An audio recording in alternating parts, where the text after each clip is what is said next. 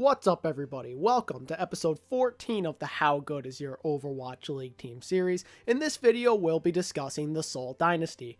As usual, I'm going to analyze the head coach and player roster, and doing so will help me judge how good I think this team is, and it'll also help me predict where I think the Dynasty will finish in the 2019 overall standings. With introductions out of the way, let's introduce the coach of the Seoul Dynasty. The head coach for the Seoul Dynasty is KDG, a South Korean coach who was lastly part of Team Snake, strangely enough. I say this is strange because Snakes is a team from Overwatch Contenders Europe.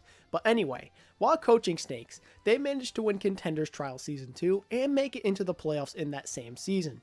KDG has only been coaching for about a year or so he doesn't have that much experience. I'm guessing that Seoul Dynasty must really like his coaching style or something, because I really don't see why else they'd want him.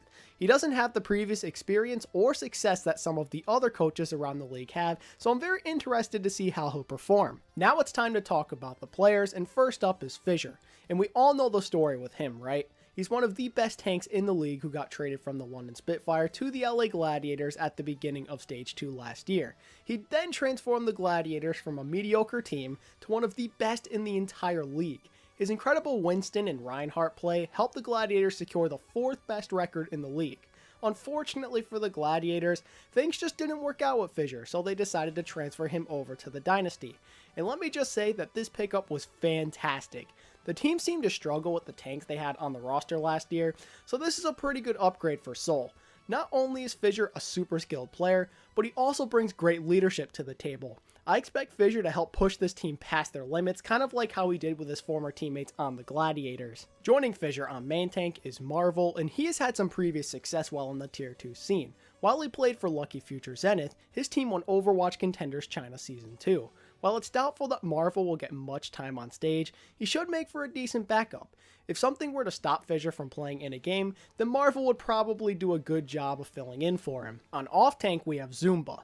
Zumba has been around the pro scene for a long time, and throughout the years he's been a solid and consistent tank player. He's a very dangerous D.Va and Zarya player, and I think he only becomes more of a threat when you pair him up with someone like Fissure. Whether the two of them are on Reinhardt and Zarya or Winston and D.Va, this is a tank line that should not be taken lightly. I'm expecting Zumba to have a pretty good year if the Dynasty play up to their expectations. The other off-tank player on the roster is Michelle. He played alongside Marvel on Lucky Future Zenith in Overwatch Contenders China Season 2. He also played for the team during Season 1, and they actually came in first place during that season as well. Michelle is in the same situation that Marvel is in though, which means he's probably just going to be a backup for the most part. But just because he's a backup doesn't mean he's bad or anything. He won Contenders 2 years in a row for a reason after all. And to add on to it, he's actually a pretty flexible player. He showed off a decent D.Va, Zarya, and Brigitte in the past. If something were to happen to Zumba, the Dynasty would still have a decent off-tank player to fill in for him. Now let's move on to the supports, and first up on main support is Toby. He's a player that I have mixed feelings about. There were times last year where he looked so good, but there were also times where he played pretty poorly. Toby lacks the consistency to be considered a top tier support player, and he's going to have to work super hard if he wants to prove me wrong there. Toby is mostly known for his Lucio, which I will admit he is really strong on. The problem lies in his ability to play Mercy and Ana consistently. There were certain matches where he made some clutch plays on these heroes, but then there were other games where I just shake my head in disappointment. Toby has the skills and experience needed to be a successful player in the Overwatch League.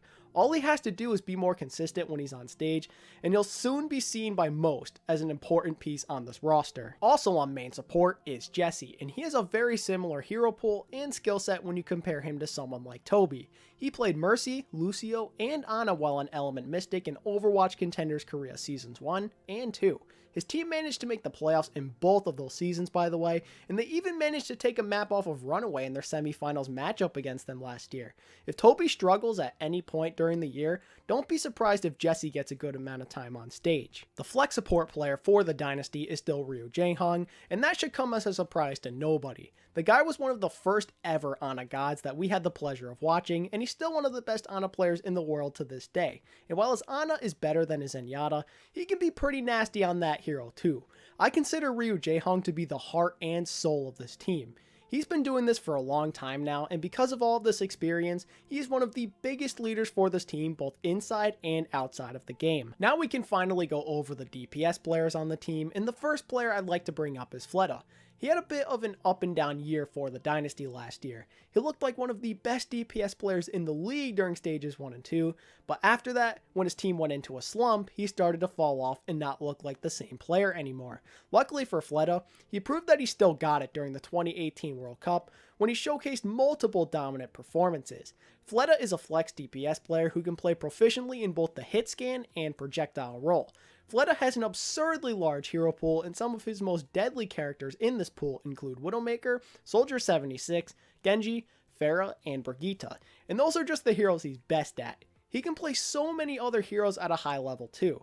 If we see the Fleta from the first half of Season 1 and from the 2018 World Cup, the Dynasty could be a hard team to beat. Up next is Munchkin, and I'm not the biggest fan of this guy, I'll be completely honest. He proved that he can be a good Tracer player at times during Season 1, but that's only when he's having a good day for the most part. He had some off games in the past where other Tracer players would completely outplay him.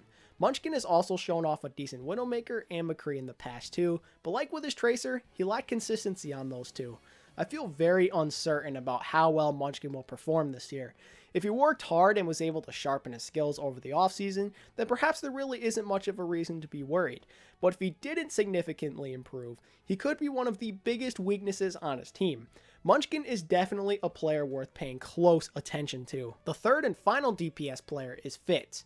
Fitz is more of an unknown factor because the only experience he really has is in open division and trials. I mean, I don't want to read into this too much though because the Dynasty picked him up for a reason, right?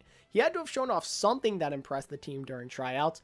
I'm going to consider Fitz to be a raw prospect. He's a player with potential, but there's a good chance he'll just be a project for the time being, meaning that it might take a while before we see him on stage, maybe even a whole year. I could be very wrong on this, by the way. I'm not saying this is a fact or anything, but based off of Fitz information and history, it can be assumed that this is the situation he's currently in. And that is what the Seoul Dynasty are looking like coming into Overwatch League Season 2. This is a team to be excited about if you're a fan of the Dynasty. They made some needed changes to the coaching staff, and they even acquired a superstar tank player, making their tank line very solid overall. The team also gained some depth at just about every other position. While I do think the Dynasty are an improved team, I still do have a few concerns about their roster. One of those concerns lies at main support. I think they'll be in good shape for the GOATS meta, but things could potentially get rough when the meta shifts, especially if Mercy receives a big enough buff to make her more relevant. I'm also a little worried about the DPS for them.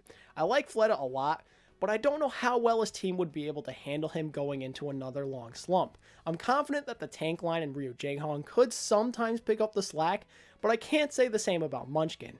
He has to step up big time if he wants to put his team in the best possible position to win games and finally make the playoffs. With all of this in mind, I predict that the Seoul Dynasty will finish anywhere from 9th to 5th place in the standings. Even though I have my concerns, I believe that the good on this team outweighs the bad.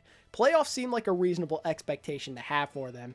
I'm not going to say it's guaranteed or anything, but if I was a betting man, I'd say it's pretty likely. And with that being said, that's everything I got for you guys today. That's how good I think the Seoul Dynasty are. If you enjoyed this content, then be sure to hit that like button. If you're new around here, consider subscribing and clicking the bell icon so you don't miss the next Overwatch League discussion video here on the channel. And before I do my usual outro, one last thing I wanted to add on is that I'm taking a little break from this How Good Is Your Overwatch League team series. Don't worry, it will be coming back very soon. But with Overwatch League being only like a week away from starting, I have some other videos that I have planned for you guys and I want to start working on them and eventually uploading them. I hope you guys understand. Don't worry, the series is not going anywhere. As soon as I'm done making those other videos, I will be returning to this series. Anyway, that's all I got for you guys. Thank you all so much for watching, and until next time, this is ATP, signing out. Peace.